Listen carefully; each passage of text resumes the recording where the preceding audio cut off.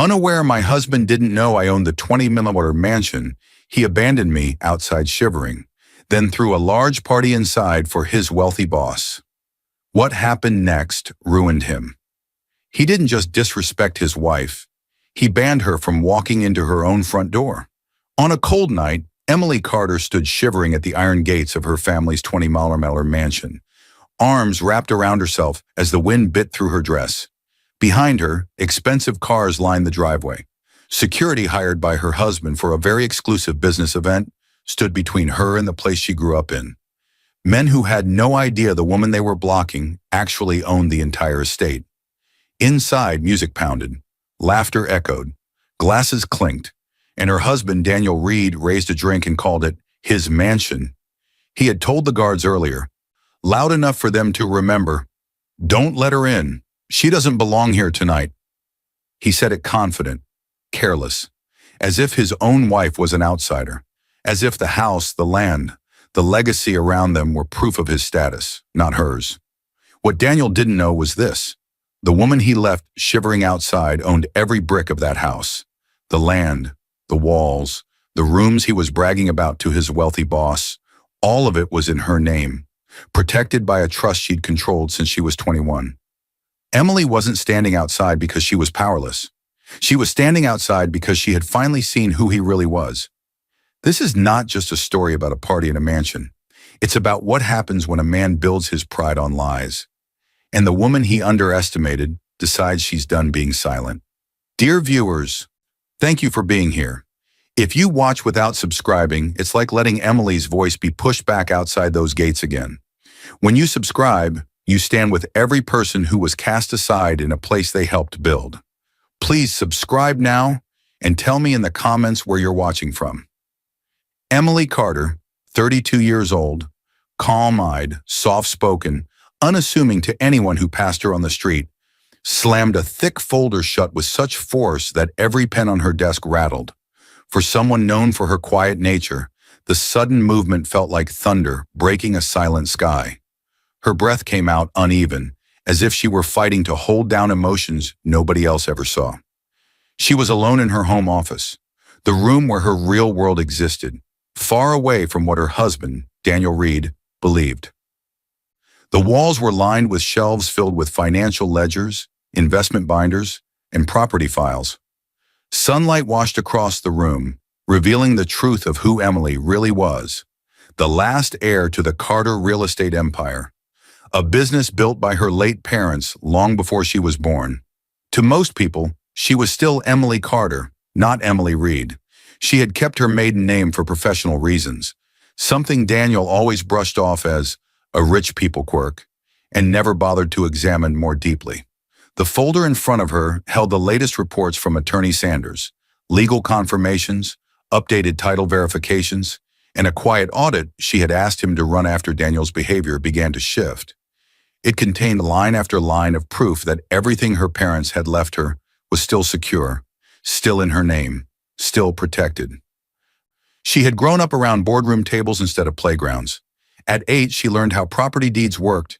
At 10, she accompanied her mother to meetings where men twice her mother's age bent their voices politely, knowing the Carter family controlled hundreds of millions in assets. When Emily turned 18, both parents died in an unexpected tragedy, leaving her with everything: estates, land, commercial buildings, and the mansion she lived in now.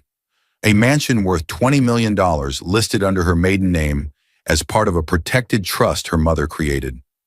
Her mother's voice often echoed in her mind, soft yet firm. Power stays safest when people don't know you have it. It became the core of who Emily was. It shaped every decision she made. It shaped the secrecy she kept, even from Daniel. Daniel, the man she married 3 years ago. He was 34, charming when he wanted to be, driven and always hungry for approval. He worked in corporate marketing and believed his rising salary helped justify the life they were living. In his mind, Emily's wealthy parents had once given them a generous family arrangement on the mansion, some kind of long-term loan or favor that allowed them to stay there. He never asked deeper questions, not because he trusted her, but because he enjoyed believing he was responsible for the lifestyle they enjoyed. Emily let him believe it. Her mother had warned her about people like Daniel long ago, people who idolize power more than love. But Emily, lonely and hopeful at 29, ignored those warnings when he appeared to offer kindness, attention, and devotion. Now, sitting in her office surrounded by the empire only she controlled, that hope felt fragile. Her phone vibrated. "Good morning, Ms. Carter." The voice belonged to Karen Lewis, her assistant of 7 years, a woman in her 40s, sharp, loyal, and perhaps the only person in Emily's life who fully understood the extent of her wealth and burdens. "I've emailed the updated reports from Sanders.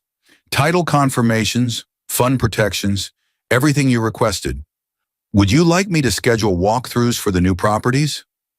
Emily rubbed her temples, softening her tone. "Not yet, Karen. I'm still thinking." There was a pause, long enough for emotions to breathe through the silence. Emily's gaze drifted to the locked drawer beside her. She reached for the small silver key resting in her palm. Her hand trembled not from fear, but from the weight of everything she kept hidden. She unlocked the drawer slowly, the click echoing like a secret being exposed. Inside were neatly stacked documents, property deeds, trust papers, investment accounts. At the top sat the mansion's title, her mansion, her parents' last gift, the symbol of everything she never told Daniel. She stared at it for a long time. Karen spoke again, voice cautious. "Does Daniel still think everything came from his job and that family favor from your parents?" Emily swallowed, her heartbeat tightening. "Yes," she whispered. "He still thinks that. Let it stay that way on for now." The unspoken meaning hung heavy between them. For now, not forever. Karen's voice lowered. "Emily, forgive me for asking, but are you sure he's never guessed anything more? About the scale of it all?" Emily froze. Her fingers hovered above the mansion's title, almost touching it, almost revealing everything she worked so hard to keep hidden. Her breath paused in her chest. Her eyes flicked toward the office door, as if expecting someone, Daniel especially, to walk in and shatter the fragile balance. She didn't answer. She couldn't. And that hesitation, barely a second long, was enough to make even her question the truth. Because lately, Daniel had been different, hungrier, colder, distracted by someone or something she hadn't yet identified. Emily closed the drawer sharply, locking it with a decisive twist of the key. But just before she hung up the call, Karen added one last line, soft, eerie, and almost prophetic. "Emily, be careful. Men who crave power eventually show their true faces." Emily went perfectly still. Daniel Reed, 34 years old, sharp jaw, restless eyes, a man who used confidence like armor, stood in front of the full-length mirror in the guest room and barked at his own reflection. No, say it with more certainty," he muttered. "Mr. Turner, I've handled larger accounts before. I can lead the expansion project easily." His fingers tightened around the edge of the dresser. His voice trembled, not with fear, but with desperation. This morning he wasn't practicing for work. He was practicing for survival. To Daniel, Mr. Turner wasn't just his boss.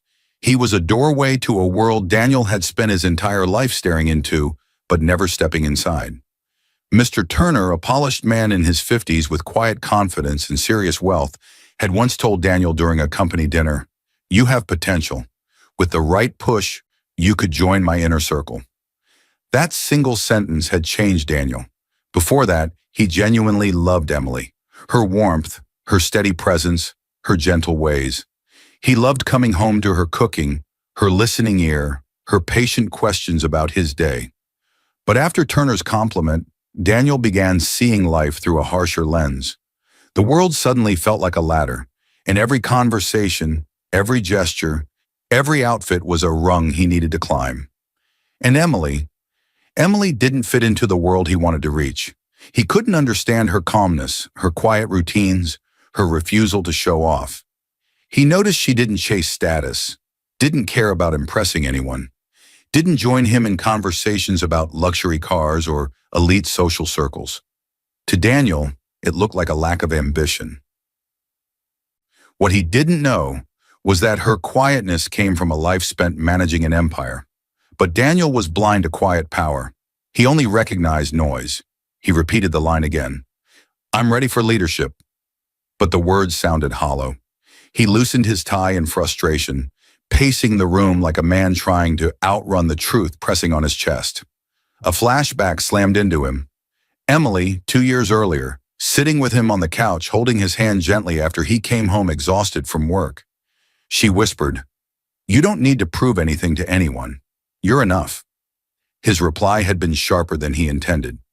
People with power get respect. I'm tired of being small. That was the first time Emily looked at him with worry instead of admiration.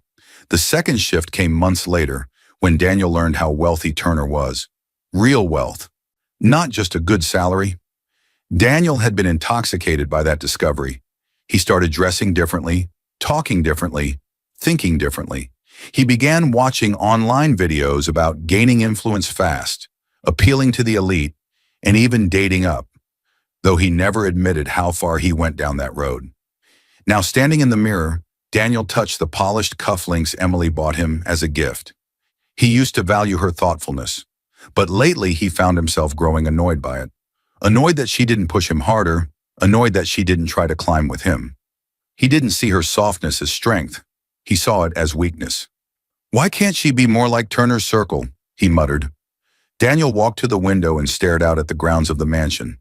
The massive, elegant home he genuinely believed they occupied because of a long-term family deal Emily's parents once gave them. In his mind, they were lucky guests of her family's generosity. One day, though, he would have a place that was unquestionably his. He placed his hand on the glass, imagining himself explaining a future home to Turner's wealthy friends. One day I'll have a place like this, he whispered, one that actually belongs to me. He said it with such certainty that he didn't realize the bitter irony in his words. Downstairs, Emily walked quietly toward the kitchen, weariness in her eyes from the secrets she had to carry alone. She passed under the window Daniel stood behind. She didn't look up. She didn't need to. She could feel how far away he was becoming. Daniel stepped back from the window, inhaling sharply, forcing his confidence into place again. He reached for his phone to check the time. Buzz. A message lit the screen. A name appeared. C. Daniel's lips curved into a slow, satisfied smirk. He flipped the phone quickly, hiding the screen from the empty room, as if even walls could betray him. What he didn't know was that this tiny message would become the beginning of everything falling apart. And upstairs, Emily felt a faint chill run across her skin, as though something in the air had shifted. Daniel slammed the bedroom door behind him the moment he returned from work, breathing hard like someone racing time. He snatched his phone from his pocket and pressed the screen with shaking fingers. His eyes darted to the hallway, as if terrified Emily might appear, before clicking on a video call. The screen lit up with the face of a woman who held confidence like fire. This was Claire Holloway, 30 years old, stunning in a calculated way. Straight dark hair, sharp chin, eyes trained to look directly into a person, as if measuring their value. Claire had started out as a professional contact, an event coordinator and social strategist working in Mr. Turner's outer circle. But lines that began as networking had blurred long ago. There were late-night calls, private meetings, and one too many moments where hands lingered longer than they should. Claire was now both things at once, Daniel's unofficial mistress and his opportunity. She had the connections Daniel craved, and she knew it. Finally, Claire snapped, "You took long enough. I was starting to think you got scared again." Daniel straightened his shirt, forcing a lazy smile that didn't reach his eyes. "Relax. I told you, I'm handling everything. Turner trusts me." Claire rolled her eyes. "Turner doesn't trust anyone. He observes people. And right now, he's observing whether you belong with the elite or not." Daniel swallowed hard. Her words stabbed straight into his deepest insecurity. Claire leaned forward aggressively. "I need you to prove you're serious, Daniel. No more hesitating. No more stupid mistakes. If you want a seat at Turner's table, you have to show you're ready." Daniel hated how her voice made him feel. Small, but he hated even more how much he needed her approval to feel big. He moved to the window, lowering his voice. "I told you, I'm handling it. I've already arranged everything for when Turner visits." Claire smirked. "Good. Because powerful circles require powerful companions, not timid wives. Daniel froze. He knew exactly who she meant. Claire didn't let the silence settle. Emily can't be there. She doesn't fit. She'll ruin everything. She won't, Daniel said quickly, too quickly. She doesn't even know about the meeting schedule yet. I'll manage her. And the house? Claire's tone sharpened. You told me it looks expensive. Don't embarrass me by hosting him in some cheap rental. Daniel forced confidence into his voice. He lied so easily it didn't even sting anymore. It belongs to a wealthy partner I'm impressing, he said smoothly. He lets me use it when needed. Trust me, Claire. Stick with me. It'll all pay off. He didn't say that the partner was actually his wife, whose true position he never bothered to understand. A slow smile curved across Claire's mouth. A smile that said she believed him, or maybe she simply didn't care whether it was true. Claire and Daniel had met a year earlier at a corporate event. She noticed him watching Turner speak, his eyes hungry for recognition. She approached him like a recruiter approaches talent, directly, strategically, with the perfect mix of interest and manipulation. She didn't want Daniel as he was. She wanted what Daniel might become. Daniel didn't want Claire for love. He wanted the world she opened doors to. They were two users using each other, each pretending the other had something the other needed: status, access, validation. Claire twisted a strand of her hair and said, "So here's what you need to do. Host Turner this weekend. Make it big. Make it polished. Show him you belong." Then her voice dropped to a whisper sharp as a knife. "And Emily? Keep her completely out of it. No appearances, no accidents. She doesn't look like someone who should be surrounded by real power." Daniel didn't defend his wife. He didn't even hesitate. "I'll handle her," he said quietly. Claire's gaze narrowed with satisfaction. "You better." Just then, a soft knock echoed from outside the room. Daniel's heart jumped into his throat. Emily's voice floated toward the door, gentle, unaware, unthreatening. "Daniel? Are you in there? I need to talk to you for a minute." Panic flashed across Daniel's face. He fumbled with his phone, his voice suddenly sharp. "End the call," he hissed. Claire raised a brow. "She's there? Already? Good. Practice keeping her out." Daniel hung up so fast the screen glitched. Emily pushed open the door slowly, her eyes soft, her expression tired from the day. Daniel turned to her with a rehearsed smile that didn't cover the fear in his eyes. And beneath that moment, beneath Emily's innocent question and Daniel's counterfeit calm, a shadow formed. Emily would begin to sense something she could no longer ignore. The moment Emily stepped into the bedroom, she saw Daniel flinch, an instinctive, sharp movement, like a man caught doing something he shouldn't. His phone slipped slightly in his hand before he tightened his grip around it, knuckles whitening. Emily sensed the tension immediately. She didn't need words. The air itself felt like glass ready to crack. "Daniel," she said softly, her voice gentle but firm, "is everything okay?" He didn't answer right away. Instead, he walked toward the dresser with stiff shoulders, as if putting distance between them would hide whatever lived behind his eyes. He straightened his shirt, cleared his throat, and forced a casual tone that didn't match the tightness in his jaw. "Everything's fine," he said. But it wasn't fine. Emily felt it, not in the words, but in the spaces between them. She stepped closer, studying him carefully. "You seem tense. Did something happen at work? Is it about Mr. Turner?" Daniel's back stiffened at the name, because lately everything was about Mr. Turner. His reaction wasn't subtle, it was immediate. Emily watched his shoulders rise, watched his breath shorten slightly, watched his eyes shift away from her. And something inside her, the part of her that had been patient, trusting, forgiving, felt a tremor. Not fear, not anger. Just uneasiness. Daniel finally turned toward her with a forced smile. "Just tired, Emily. It's nothing." She nodded slowly, but her heart didn't accept it. Her mind drifted, uninvited, into a flashback. Their wedding day. Daniel standing in front of her, holding her hand so gently that her fingers tingled. He had looked at her with sincerity, with warmth, with a kind of love that felt steady. His vow had been simple, heartfelt. "I choose you." always you. Emily blinked. The memory dissolved. The man standing in front of her now wasn't the man who made that promise. He looked distracted, distant, swallowed by pressures she didn't yet understand. She reached for her phone, needing grounding, needing something familiar. As she unlocked it, a message appeared at the top of the screen. From Attorney Sanders, title verification complete. Everything is secure. No unauthorized changes detected. Emily exhaled slowly. A wave of relief washed through her. Her parents' trust, her mother's legacy, the safety net she needed, all protected. She had asked Sanders to run the check quietly after noticing Daniel's spending and his growing obsession with status. Now she had confirmation that, legally at least, she was still safe. She lifted her phone slightly, reading the message again. Daniel glanced over. The change in his expression was instant. His eyes narrowed with suspicion, curiosity, and something darker. He couldn't read the full message from that distance, only see the law firm's name on the notification banner.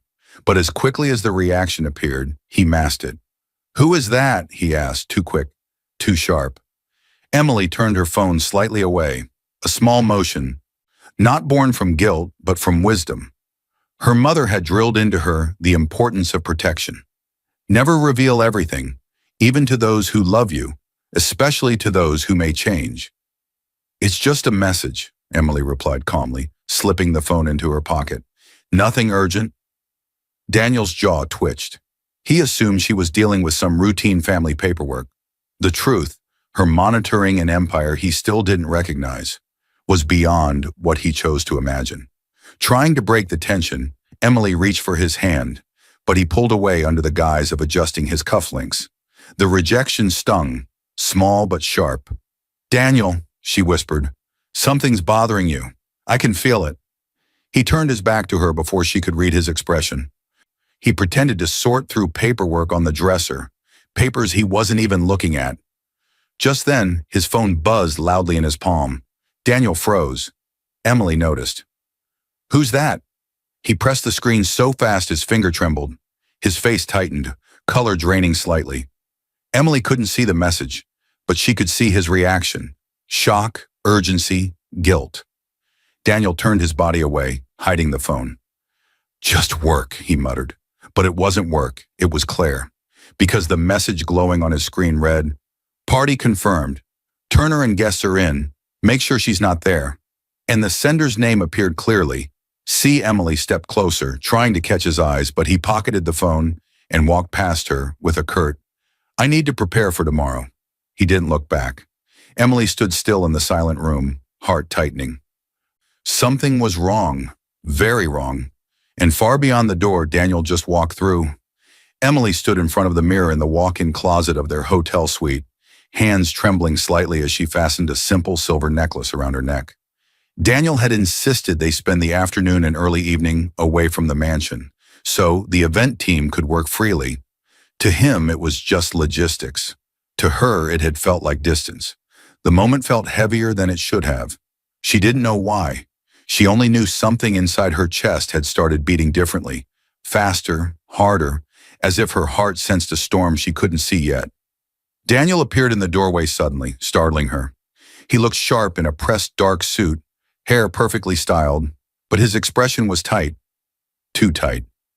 He kept checking his watch, tapping his foot, pulling at his sleeve, all signs of a man who feared time itself.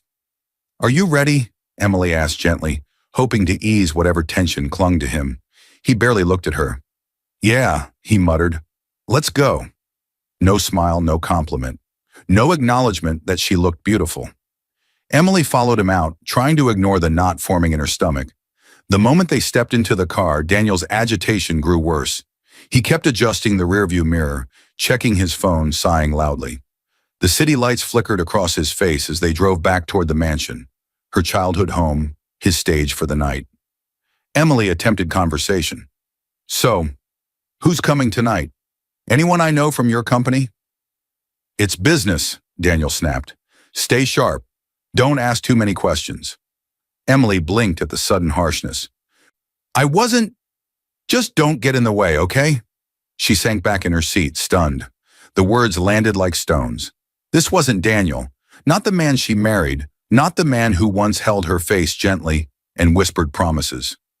Something had taken root in him, something hungry and cold. Emily looked at him carefully. He wouldn't meet her eyes. The car approached the mansion, her mansion, in a slow roll of glowing headlights across the long driveway.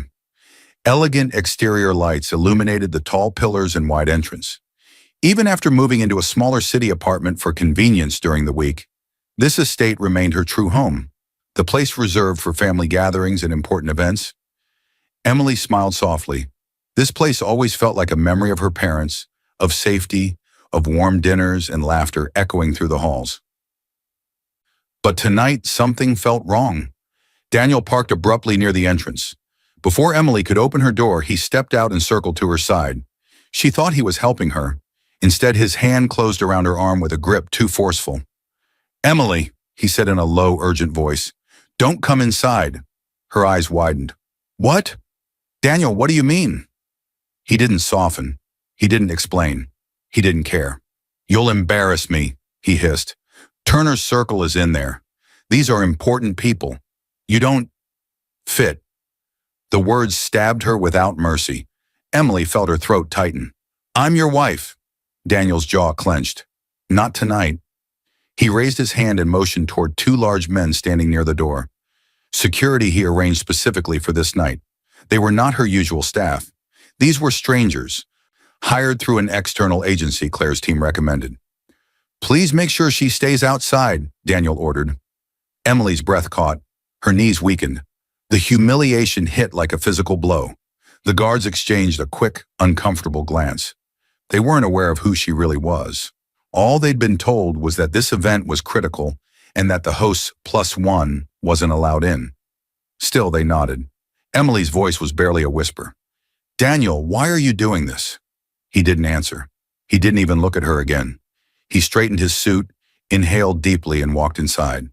The doors opened to bright lights, warm laughter, music, applause, and the sound of a woman's heels clicking confidently across the floor. Claire, dressed in a shimmering gold gown, glided toward Daniel with a smile meant for cameras and enemies. She leaned in and kissed his cheek, basking in the attention of the guests around them. Emily watched through the glass panels of the door, her heart fracturing in silence. Claire wasn't subtle, the guests weren't confused, and Daniel wasn't ashamed. Emily hugged her arms around herself as the cold night air wrapped around her thin dress. Suddenly, a memory rose from deep within her. A younger Emily, maybe 10 years old, sitting on the front steps of her childhood home. This home, hugging her knees while her parents argued inside. The air had been cold then, too. She remembered whispering into the darkness, "I don't ever want to feel small again." Back then, she had promised herself she would grow strong. She would never let someone push her out of her own life. Yet here she was, standing outside a mansion she owned, barred from entering by the man who swore to protect her. Pain tightened, then sharpened, then transformed into something else, clarity. Emily reached into her purse. Her fingers touched her phone. She unlocked it with steady hands, no shaking now, and brought it to her ear. Her voice was calm, almost frighteningly calm. "It's time," she whispered. "Proceed." She ended the call before the person on the other side could reply. The person already knew what proceed meant. They had prepared for this possibility ever since Emily first asked them to. And behind her, through the thick walls of the mansion, she heard something shift, an energy gathering, a storm beginning. Emily stood frozen just beyond the main doors of the glowing mansion, the mansion she owned, while laughter burst from inside like fireworks exploding against her ears. The cold air cut into her skin. Her dress, beautiful but thin, did nothing to protect her from the bitterness surrounding her. The two hired security officers, men Daniel had contracted through an external company recommended by Claire, stood stiffly a few feet away. Their shoulders were broad, their expressions professional, but their eyes told the truth. They wouldn't look at her. They were ashamed. Her breath shook, not from the cold, but from the sheer force of humiliation crushing her chest. This was her home, her parents' legacy, her sanctuary, and she was locked out like a stranger. She wrapped her arms around herself tightly, as if holding her own heart together. The sound of clinking glasses, loud conversations, and upbeat music slammed into her over and over through the walls. It felt like a cruel reminder. Daniel had chosen everyone else over her. Just minutes earlier, he'd stood in the doorway, looked her in the eye, and said she would embarrass him. Emily swallowed hard, forcing herself to stay upright. Her heels dug into the gravel of the driveway, grounding her in the only way they could. Just beyond the doors, Daniel's voice rose above the guests. "Welcome, everyone. Make yourselves at home in my mansion." Emily's eyes widened. My mansion? She took a shaky step back, staring up at the tall windows. Through them, she saw shadows moving inside, figures raising champagne glasses, heads thrown back in laughter, people admiring art pieces she chose, hallways she decorated, memories her family built, her home, her name on the deed, her mother's final gift, and Daniel claimed it like a trophy he earned. Through one wide window, she saw him standing in the center of the room, arm around Claire. Claire, the woman from his calls, now standing too close, smiling too brightly. Emily watched as Daniel bragged loudly, gesturing toward the grand staircase and the antique mirrors she restored with Mr. Whitlock's help. "Turner," Daniel announced proudly to his wealthy boss, "this house is proof I'm ready for the next step. I understand how people in your world live." Turner nodded with a polite smile, unaware of the lie. Claire giggled beside Daniel, clearly enjoying the performance, soaking in borrowed importance. Emily felt something inside her crack, then crumble, then explode. Heartbreak was no longer the strongest emotion. Anger awakened, quiet, controlled, and rising like fire. She stepped away from the door, breathing unevenly. And suddenly a flashback surged into her mind. She was 21 again, sitting across from her mother in a private office in this very mansion. Papers were spread across the desk. Her mother, elegant and wise, held a pen in one hand and Emily's hand in the other. "Emily," her mother said softly, "this mansion is yours now." Emily had shaken her head. "But I'm still young. I don't know enough." Her mother smiled gently. "You will. I've set everything up with Sanders. The trust is ironclad. And when the day comes, you'll know when to stand up for yourself. Use this wisely, not for pride, but for strength." Emily blinked, returning to the freezing present. Her mother's words rang in her ears like a bell demanding to be heard. You'll know when to stand up for yourself. And right now, standing on her own property while being barred from entering by a husband who lied about owning it, she knew. The cold no longer felt like cold. It felt like fuel. Her phone buzzed faintly in her purse. With calm hands, she pulled it out. A notification glowed at the top.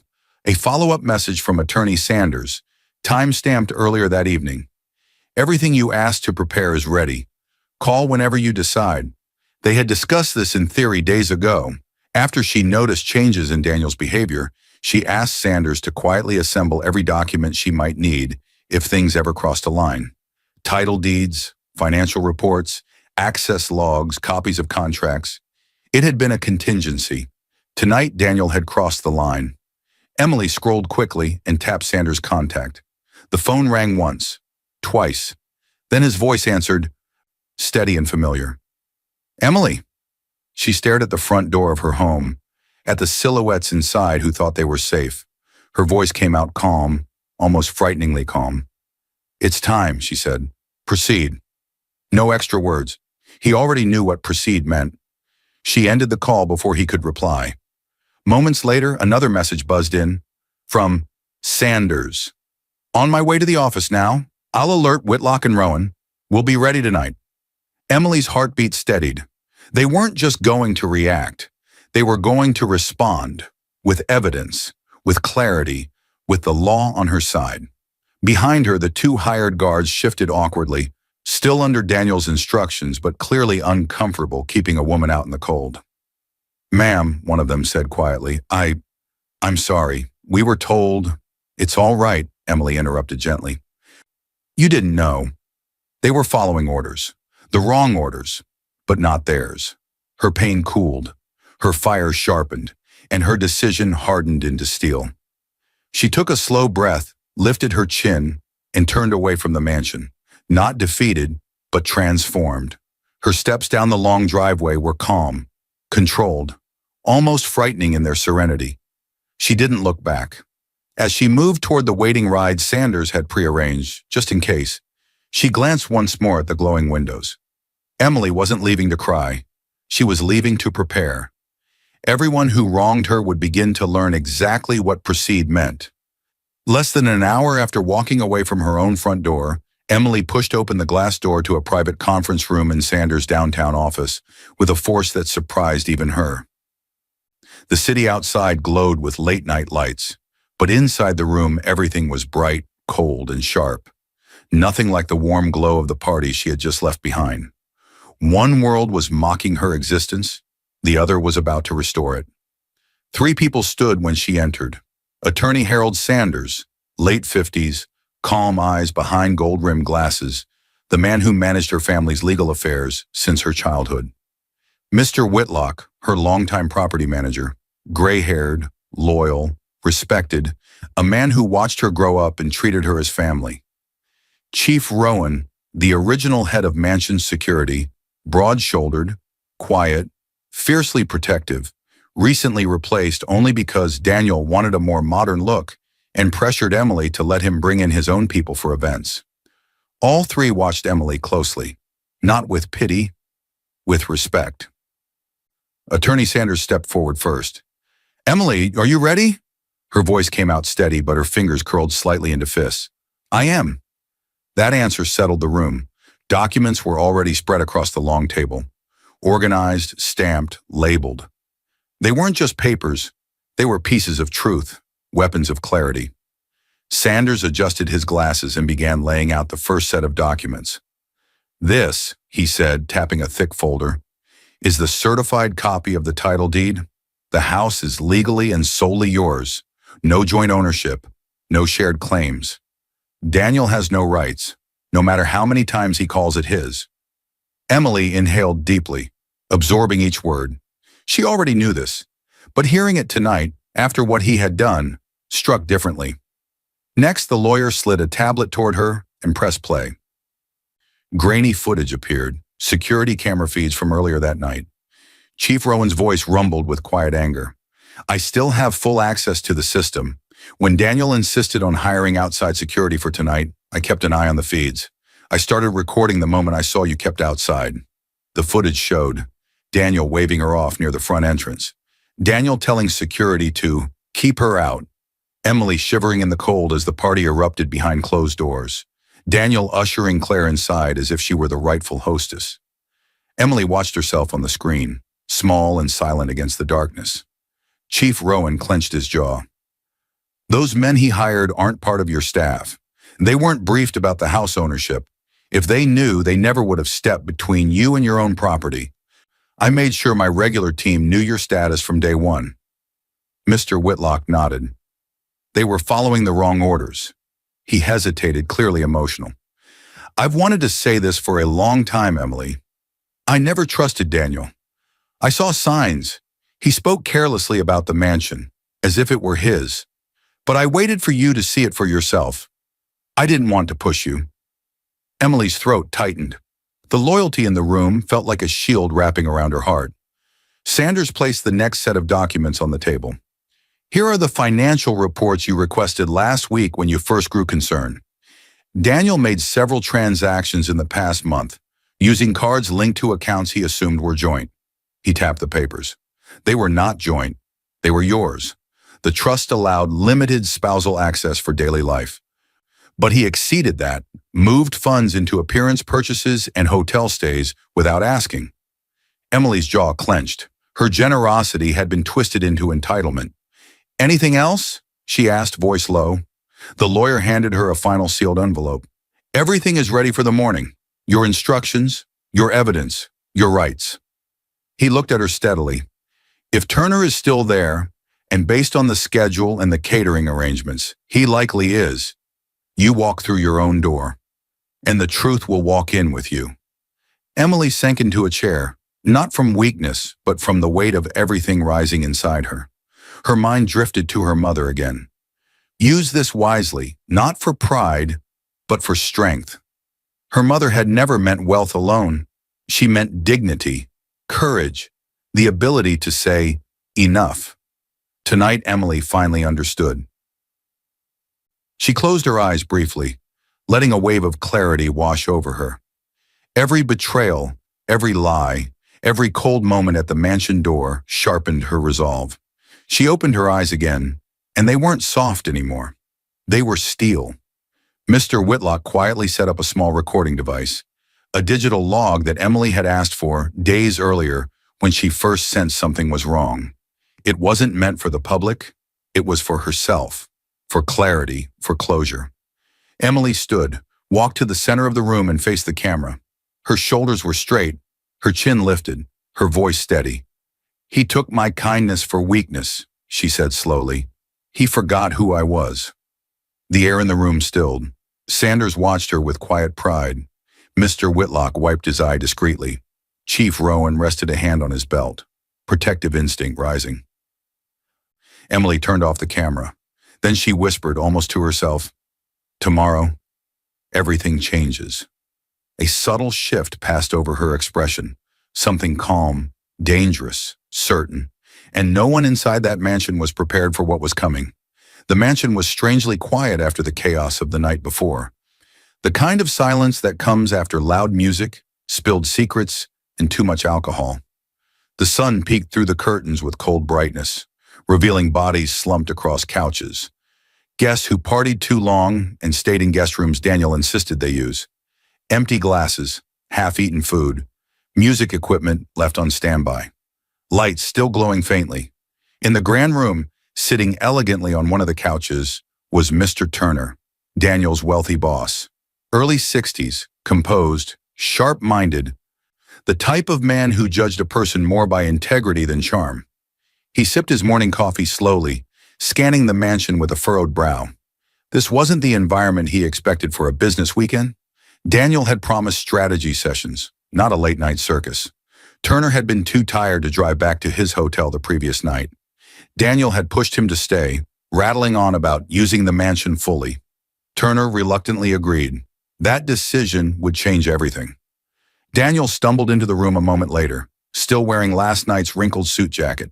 His eyes were bright with forced energy. He was performing again, desperate to impress Turner despite the fatigue. "Good morning, sir," Daniel said loudly. "Hope you slept well. I had the staff prepare breakfast. And I can show you more of my property development plans if—" Turner held up a hand. "Daniel, please, it's too early for another pitch." Daniel laughed awkwardly, waving his hand. Of course. I just want you to see what I'm capable of. This mansion is only the beginning. Once we finalize the expansion project, I can move to acquiring something bigger." He said it proudly, confidently, loud enough for the drifting guests to hear. And then, the front doors opened, not gently, not quietly, with purpose. Heads lifted. Turner straightened. Daniel froze. Emily walked in. She wore a simple, clean outfit, not glamorous, not dramatic, yet her presence cut through the room sharper than any spotlight. Her face was calm, posture straight, eyes steady, and she wasn't alone. Beside her stood Attorney Sanders, carrying 2 large folders and a tablet. His presence alone radiated seriousness. Behind them followed the original mansion staff, including Chief Rowan and several longtime employees, people who knew Emily since childhood, people who respected her deeply. Emily didn't rush, didn't tremble. She simply walked toward the center of the room with a dignity that made even the half-awake guests sit up. Daniel's face drained of color. Emily, I thought you went home last night. I was going to call—" She didn't look at him. She looked at Turner. "Good morning, Mr. Turner," she said evenly. "I apologize for the confusion. I needed to speak with you directly." Turner blinked, visibly taken aback. "Emily, I didn't know you were here last night." "I wasn't," she replied calmly. "I was outside." Turner frowned. "Outside? Why?" Daniel stepped forward quickly, hands raised as if trying to block the truth. "Sir, she's upset. She's making things sound complicated. Everything is handled. This mansion is—" Emily opened a folder and handed Turner the first document. "The title deed," she said softly. "The mansion you stayed in last night belongs only to me. Under my family's estate, my husband has no ownership, no claim, and no right to present it as his."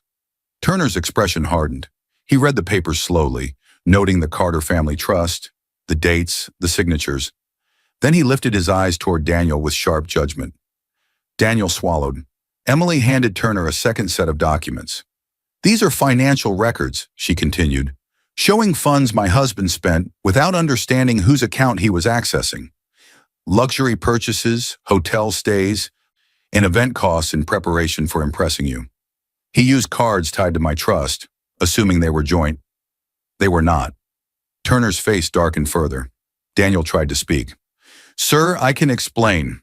It was just—" Emily handed Turner a tablet, security footage from the night before, already cued to the most important moments.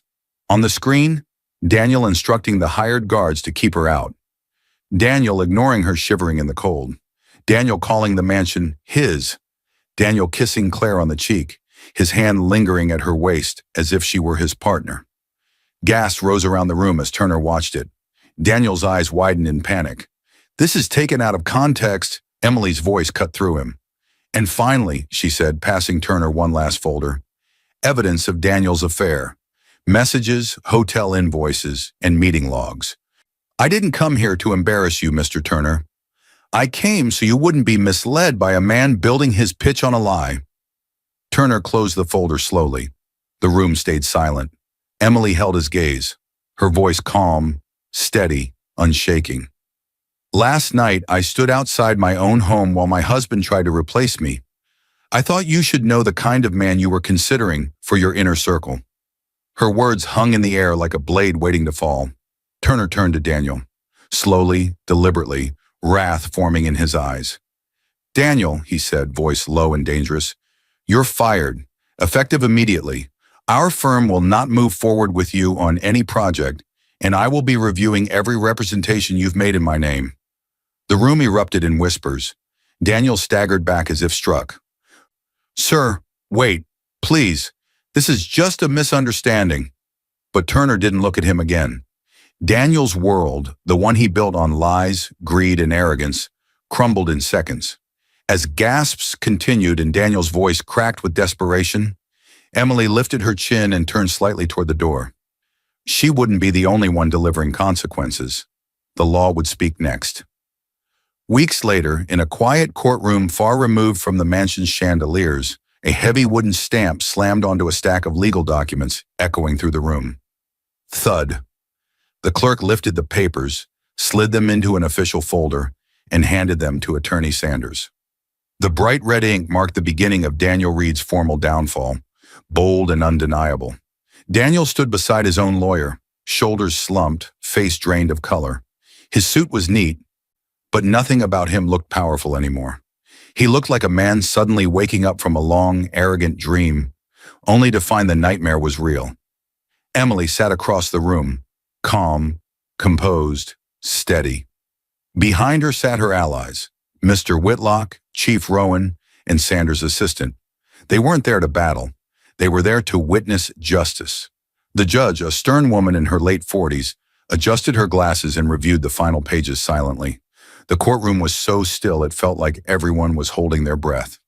The judge lifted her head. "We're reconvened on the matter of property protection, misuse of funds, and grounds for dissolution of marriage." Daniel's lawyer cleared his throat. "Your Honor, my client believes there has been a misunderstanding regarding access to certain accounts." "There was no misunderstanding," the judge cut in. "Mrs. Reed, please confirm. You are the sole legal owner of the mansion in question?" Emily stood, hands clasped calmly. "Yes, Your Honor. The property was transferred to me at age 21 as part of my family inheritance. It has always remained in my name, under a trust managed by Attorney Sanders." The judge nodded. "And you have documents proving your husband was informed this was your family estate and not an asset he owned?" Emily didn't flinch. "Yes, emails and messages where he refers to it as your parents' place and your inheritance. He never once referred to it as joint property, until he presented it that way to his boss. Sanders stepped forward, placing copies of the deed, financial records, and security footage on the evidence table. The screen at the side of the courtroom lit up again. Daniel instructing security to keep Emily out. Daniel bragging about his mansion in front of Turner. Daniel dismissing Emily in the cold. Daniel kissing Claire at the party. People in the courtroom murmured quietly. Daniel lowered his head in shame. Then came Claire. Claire stepped forward reluctantly, wearing a conservative outfit instead of her usual glamour. She clasped her hands tightly, avoiding Daniel's gaze. Her voice was tight when she spoke. I didn't know the house was hers. Daniel told me it belonged to him. He said he was about to move up in Turner's firm and wanted to show that he could live at that level. Daniel's head snapped up. Claire, don't do this. But she continued, her tone growing more defensive, trying to protect herself. He told me Emily wasn't supportive, that she was holding him back socially. He asked me to help him upgrade his life, convince Turner he belonged in the top circle. I agreed to assist with the event. I didn't know he was misusing funds or lying about ownership. She glanced at Emily briefly, guilt flickering in her eyes. I shouldn't have been involved. I'm sorry. She said the last words directly to Emily. Emily's expression didn't change. She didn't need revenge through anger. Truth was enough. Claire stepped down quickly, eyes avoiding Daniel's. It was over for him, professionally, socially, and now legally. The judge straightened her papers. Mrs. Reed, she said, the court confirms full protection of your assets. All accounts, properties, and inherited holdings remain yours alone. Your husband has no legal claim to the mansion or to funds tied to your family trust. Daniel seemed to fold into himself. The judge continued. As for grounds for divorce, the evidence is clear. Abandonment, misuse of accessible funds, misrepresentation of assets, and marital misconduct through infidelity are all established. The court grants your petition for dissolution of marriage, effective immediately, with no spousal support awarded to Mr. Reed, given his conduct in your separate estate. She paused, giving the words time to sink deep. This court further orders that Mr. Reed repay specific misused amounts where possible, as outlined in the financial report. Any remaining dispute over minor items will be handled in a separate civil process if needed. The gavel hit the desk. Daniel flinched. Emily didn't. When the courtroom began to empty, Daniel rushed toward Emily, panic flooding his face. Emily, please wait. She didn't move. She simply looked at him, calm and unreadable. Daniel's voice broke. I can change. I swear. I was stressed. I made mistakes. Don't leave me with nothing. Don't do this. Emily's expression softened, not with sympathy, but with clarity. I'm not doing anything to you, she said softly. I'm just refusing to keep paying for who you chose to become. Daniel shook his head desperately. Emily, please, just give me one more chance. But before he could finish, Claire walked past them slowly. Her steps were hesitant but deliberate. She leaned close to Daniel's ear and whispered, I can't be with someone who has nothing to offer, not even honesty. Daniel's breath hitched, like the final blow had landed. Claire walked away without looking back. Daniel turned to Emily again, eyes pleading, but she stepped aside, leaving him alone in the hallway. His world collapsed around him. Attorney Sanders approached Emily quietly. It's done, he said. Legally, you're protected, and you're free. Emily exhaled, a slow, steady breath, but her eyes were not on Daniel. They were on the mansion keys resting in her palm. There was still one final step, one final return, one final closure. She would walk back into her home, not as a wife abandoned, but as a woman restored.